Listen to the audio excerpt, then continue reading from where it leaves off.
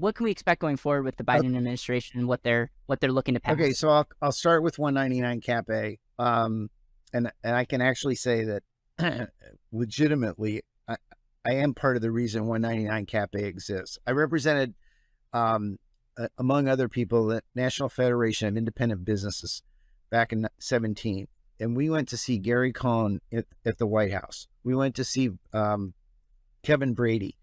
I wrote articles that explained that if you lower the corporate rate to 21%, the C rate, and you don't provide something for pass-through businesses, basically what I said to Kevin Brady and to Gary Cohn, I said, good luck walking down Main Street and telling the owner of the local hardware store, the local pharmacy, your effective tax rate is higher than Exxon, is higher than GM, is higher than IBM.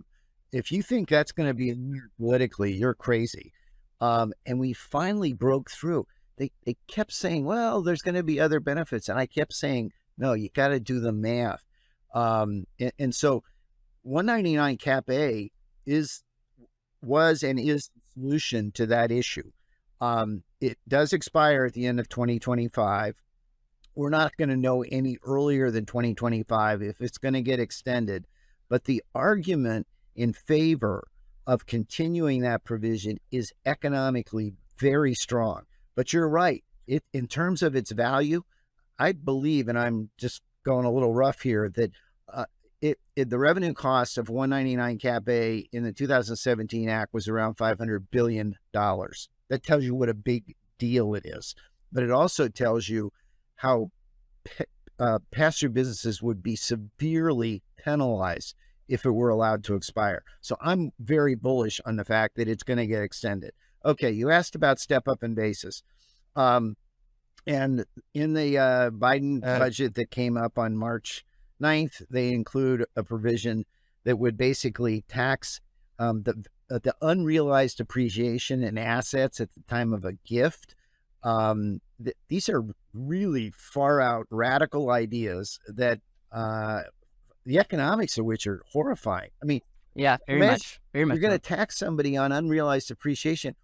Where are they going to get the resources to pay the tax? Plus, if it's unrealized appreciation, what happens if the next year the value goes down?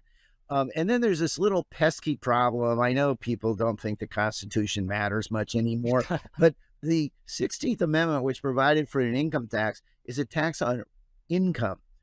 Unrealized appreciation is not income, which is, by the way, the reason we successfully convinced both the Joint Committee on Taxation and ultimately the Treasury Department to eliminate inside buildup of life insurance policies from what was called the tax expenditure list, because we went to them and said, listen, under normative tax rules, we don't tax unrealized appreciation. Somebody owns a house, it goes up in value. We don't tax the gain until they actually sell the house. In the case of a whole life insurance policy, the gain inside the policy has not been realized and is not realized until the policy is cashed in. And they said, you know what, you're right. And they took it off the tax expenditure list, both at the Joint Committee and the Treasury Department. So I'm highly confident we're not going to start taxing unrealized appreciation. But if we did, the life insurance industry should be very nervous because they might be next. But it's such a radical idea that only people that haven't spent a lot of time in the real world could possibly think it's a good idea.